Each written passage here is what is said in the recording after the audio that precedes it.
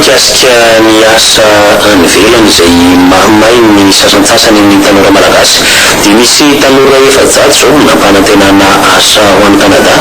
no voasoloky voafitaka. Izy ireo izao fotoana dia manainga ny vahijerena manokana ity resaka fisolokiana sy ny mombamomba azy ireo. Izany Ndrivo Malala sy Marc Rakoto Malala.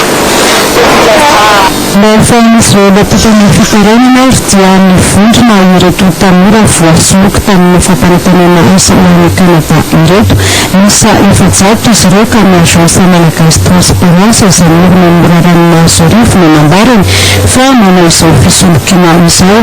Arak'izany dia mitodika amin'ny fitondram-panjakana izy ireo mba hijarakaiky sy handray tanana ny fahamanan'olana izay mahazo azy satria dia tanora avy amin'ny lafivalony nosy izy ireo mahery ny efa-jato be izao ary vola manodidina ny 10 tapitrisa iram-bilanja ka hatramin'ny 20 tapitrisa iram-bilanja no alana tamin'izy ireo. Ny asa nefa tsy misy ary araka ny fantatra dia mbola tsy ara-dalàna ihany koa ilay agence rehefa nijerena tany amin'ny fonction publique. Angatahan'izy ireo arak'izany mba handrasana tanana azy toy ny efa natao tamin'ny raharahan'ny Liban sy Bahamas.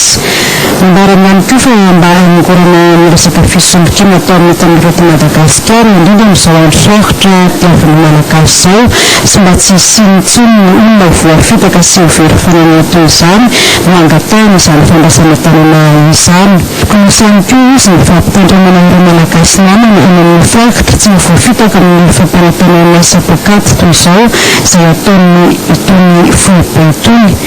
Indrina ihany koa ny tsy tokony hakana volan'ny olona nefa hiasa ivelany araky lalàna narana 10 tsipika 670 ao amin'ny anjan'ny fahatiny. Ireto vondrona tanora voasoloky ireto dia miandry valiny mahafa-po izy ireto satria dia efa mafy tokoa ny mianjady noho ny fahasairanana. Fanatsarana ny tanàna Antananarivo mifanampy amin'ny commune urbaine ny magaza orinasa Baolay ka nanolotra vola 20 tapitrisa ariary hanadiovana ny fokontany 20 eto Antananarivo renivohitra. Rakoto Malala sy Lucien Drejo. Mamaly ny antso ny fiadidina ny tanàna na Antananarivo renivohitra efa mitana na fametrana ny tanàna madio milamina sy mirindra mipandrara mampiasa amin'ny vola mivantana eto an-drenivohitra. Efatra tapitrisa ariary ny voaniny Baolay tamin'izao rovolana farany taona izao ampahany voalohany 20 tapitrisa ariary indray ity vola tao sony deputy ampiasain'ny fokontany rehetra eto an-drenivohitra amin'ny taona ho avy. Nampara ny tompony lekitra voalohany Baolay fa anaovana ny asa fanadiovana sy fampandrosoana ary fanajariana arakaraka ny zava-misy amin'ny fokontany izao fanampiana izao. Mbola itoro izy ny fiara-miasa satria mahatsiaro ho tompony andraiky tao amin'ny fanajarana rahateo reto mpandrara ara-barotra reto. Itsandaniny mifandraiky amin'izay ny fikambanana Jiresy miezaka fampandrosoana ny Malamanga sy ny Spidicol dia manao antso avy amin'ireo mpivarotra indrindra ireo anatin'ny setra tsy manara-penitra na secteur informel mba hiditra amin'ny asa ara-dalàna. Izay fanarahan-dalàna izay no anaovan'izareo antso amin'ny fifanomezan-tanana amin'ny fanajariana ny tanàna sy ny fampivarana ny faripen'ny mpivarotra sy ny dininy teo nefa ny anafanana ny ankilabao araka ny fantatra titanivon'ny commune hiditra ny sampokotany asa fanadiovana ka ny lehiben'ny fokotany rehetra eto an-drenivohitra no hitarika amin'izany. Any nosy Vilivila kosa dia misy fihetsiketsena antsoina hoe dobodoboka sy Soarivo. Izy io koa dia fihetsiketsena arahana amin'ny Dioranoche hanatsarana sy hanadiovana ny tanànan'ny Nosy Be. Izany Ndrivo Malala araka amin'ny sarin'ny televiziona malagasy avy any Nosy Be. Efa hatramin'ny taona telo sy roa arivo no niara-miasa ny ekspedisiony Interaid nanomboka ny dedikasin'ny fanatanana amin'ny fahadiovana iarahana ny Dioranoche eto amin'ny faritra Diana ka teto Nosy Be no nisadarana izany tamin'ny dobodoboka sivy sy roa arivo no hevitra nivozina ny hoe ny afatra paritaka ny loto azahoely. Dedikasa ity dia iarahan'ny FSN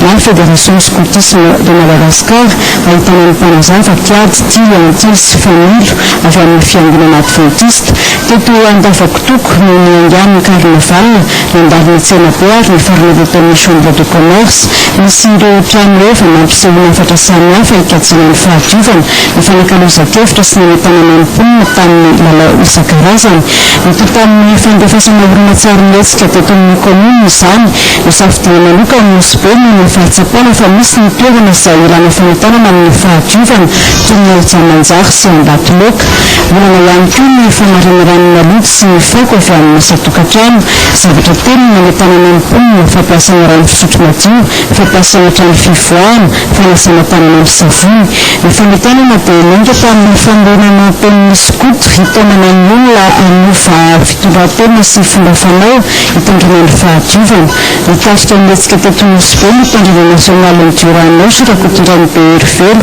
ny solitenan'ny acteur edeto Madagasikara Luculoe sy ny PDS ny Osibeny mahazo asy Roger. C'est avec émotion parce que c'est un engagement que c'est solennel longtemps aussi pour ce compte.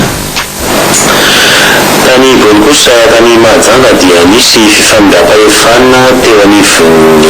tafika malagasy ny namana mpiara-miasa ny toerana no mitondra ny vaovao.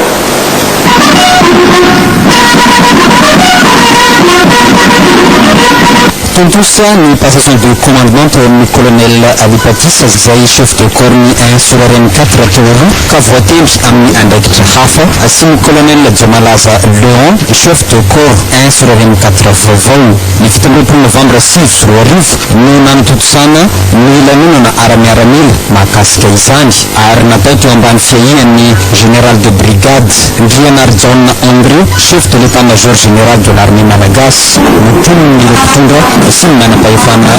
antorana nahitana ny secrétaire général ny faritra Boeny ny lehibe ny district ny Mahajanga voalohany sy ny ben'ny tanàna ny Mahajanga voalohany ary ireo manamboninahitra ao amin'ny tafika i colonel Jamalaza Léon moa dia teraka tamin'ny fitany 1970 atao antanatanana bealanana OSA na ny officier supérieur adjoint 1 sur RN 4 no andraikitra nosahaniny talohan'izao andraikitra vaovao izao ny lanonana kosa dia nitarihany colonel Fahaimanana commandant des forces de développement.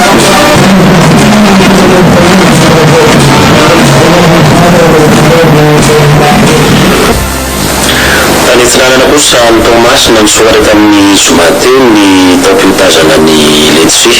amin'izao fotoana izao dia efa misy any amin'ny roarivo sy ray alina taonina ny letsi tafiditra any anaty sambo haondrana ny velany amin'ity taon'ity dia eo amin'ny 7 sy ray alina taona eo ny letsi velona fa tokony ho tafavoaka any velany zany indrivo malala. Tamin'ny rariva misy mafita amin'ny 20 novambra teto amin'ny renivohitra Betsimisaraka nanandrokafana tamin'ny fomba ofisialy ny kampanina letsi ny ministre ny varotra Jean-Claude Rakotonirina natonga taty amin'ny toerana telo amby telopolo ireo mpanondrana ara-dalàna ka ameny ireo samby hitondra ny vokatra dia manjato sy 2 kesika amin'ny 7 kesika ny vaondrana sambo telopolo sy 200 ny kantonora felo mitondra kesika 20 avy androany anainga ny sambo voalohany hivelona ho tonga amin'ny juisy ny 20 Desembre ny faharoa kosa anainga rapitso ary tonga ny 20 Desembre ary ny fahatelo amin'ny 10 Desembre 7 ary hiverina ho tonga amin'ny toerana amin'ny 20 Desembre letsi 2 taona ny 7 taona no nakasana aondrana no efa lasa arak'izany nyroso amin'ny fanaraha-masina kalitaon'ny vokatra amin'ny toerana raiky amby telopolo ny azoahena ny fandrahona letsi ihany koa ny ministerin'ny varotra amin'izao fotoana izao ny zavatra hita tamin'izany voaja ny avy amin'ny letsi saingy tokony hamafisina ny fanatanana mba hamakianina ny fandraharana ity sehatra ity na eo amin'ny mpamboly na eo amin'ny mpamokatra vokatra ny fivaovan'ny toetrandro ihany koa izay mahataran'ny filatsehan'ny orana dia hiverina ny andiniana akaiky ny fomba rehetra ahafahana mamondraka ny vokatra. Eo amin'ny fanatanjahantena kosa dia manomboka izao ny fitetezana ny Madagasikara ny bisikilety ka mikasika izay dia misy ireo fanga ty fiazakazana bisikilety tondra voatabia nahazo bisikileta avy amin'ny ministera ny vaovao entiny takoliny anagrifina. fanazy nitandrifazany koa raha kotorisoagendede maro voatapi mitolera ny gouvernement tatetezan'ny ta bicyclette carbone voatokana mihitsy anaovana course mitovy amin'ny fampiasan'ireo vahiny mba hifanana fidinina ny Madagasikara andiny fahenina izay anaovaka tsoely dia €1,500 ny vidin'ny bicyclette ity milanja 7 kilao